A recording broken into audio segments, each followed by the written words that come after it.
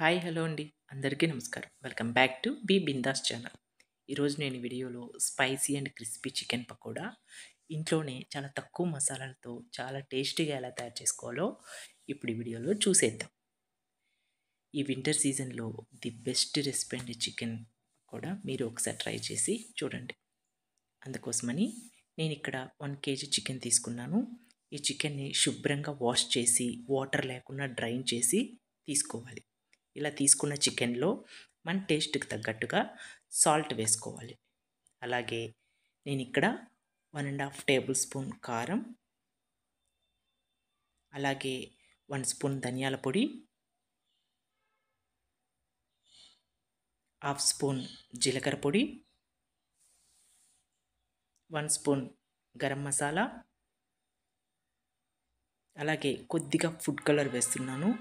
మీకు అవసరం లేదంటే దీన్ని స్కిప్ చేయండి. అలాగే ఒక 4-5 పచ్చిమిర్చిని ఇలా స్ట్రైట్గా కట్ చేసి వేసుకోవాలి. దీంతోపాటు కొత్తిమీరని కూడా సన్నగా తరిగి వేసుకోవాలి. అలాగే నేను ఇక్కడ 1 ఎగ్ వేసుకుంటున్నాను. 1 కేజీ చికెన్కి 1 ఎగ్ సరిపోతుందండి. ఈ మసాలాలంతా చికెన్కి బాగా పట్టేలాగా బాగా మిక్స్ చేసుకోవాలన్నమాట. మనం ఎంత బాగా ఈ మసాలాలంతా చికెన్కి పట్టించి మిక్స్ చేస్తామో టేస్ట్ అంతా బాగా వస్తుందన్నమాట. ఇలా ఒక్కసారి మిక్స్ చేసుకున్న తర్వాత ఇందులో 2 టేబుల్ స్పూన్ల అల్లం వెల్లుల్లి పేస్ట్, అలాగే 3 టేబుల్ స్పూన్ల కార్న్ ఫ్లోర్.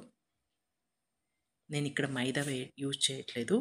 మీకు కావాలంటే మైదా వేసుకోవచ్చు. నేను మైదా ప్లేస్లో కార్న్ ఫ్లోర్ వేసాను. అలాగే 3 టేబుల్ స్పూన్ల బియ్యపు పిండి వేసుకుంటున్నాను. ఈ బియ్యపు పిండి వేయడం వల్ల చికెన్ పకోడా చాలా క్రిస్పీగా వస్తుంది. మీరు బియ్యపు పిండి వేసుకొని ట్రై చేయండి. చాలా బాగా వస్తుంది టేస్ట్. ఈ ఈ పౌడర్లన్నీ చికెన్కి బాగా పట్టేలాగా ఇలా మిక్స్ చేసుకోవాలన్నమాట. ఇలా మిక్స్ చేసుకున్న తర్వాత మనం చికెన్ పట్టుకుంటే మనం వేసుకున్న కార్న్ ఫ్లోర్ అలాగే బియ్యపు పిండి ఎక్కువయ్యి బైండింగ్ ఎక్కువగా లేకుండా ఇలా పల్సగానే ఉండాలన్నమాట. బైండింగ్ ఎంత తక్కువగా ఉంటే చికెన్ పకోడా అంత టేస్టీగా ఉంటుందన్నమాట. ఇలా బాగా మిక్స్ చేసుకున్న తర్వాత ఈ చికెన్ని 1 అవర్ ఫ్రిడ్జ్లో పెట్టుకొని తర్వాత ఫ్రై చేసుకోవాలన్నమాట. 1 అవర్ తర్వాత స్టవ్ ఆన్ చేసుకొని ప్యాన్ పెట్టుకొని డీప్ ఫ్రైకి సరిపడా ఆయిల్ వేసుకోవాలి. ఆయిల్ హీట్ అయిన తర్వాత మనం మ్యాగ్నేట్ చేసుకున్న చికెన్ని ఒక్కొక్కటిగా వేసుకోవాలి.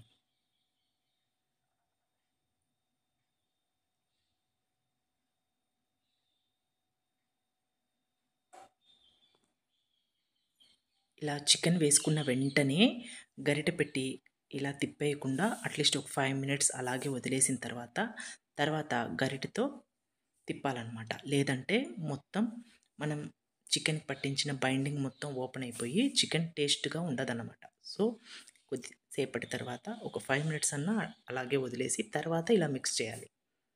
దీంతోపాటు మనం కరివేపాకు కూడా ఖచ్చితంగా వేసుకోవాలి. ఈ కరివేపాకు వేయడం వల్ల చికెన్ పకోడా మంచి టేస్ట్తో పాటు మంచి ఫ్లేవర్ వస్తుందన్నమాట.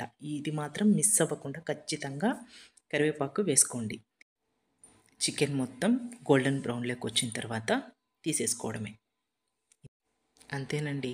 ఎలాంటి కబాబ్ పౌడర్లు మిక్స్ చేయకుండా ఇంట్లో ఉన్న వాటితోనే చాలా ఈజీగా మంచి టేస్టీగా మనం ఇంట్లోనే తయారు చేసుకోవచ్చు అనమాట. ఇదే ప్రాసెస్లో మీరు తయారు చేసి చూడండి, తప్పకుండా మీకు నచ్చుతుంది. ఐ హోప్ మీ అందరికీ ఈ వీడియో నచ్చిందనుకుంటూ thanks for watching. Bye bye.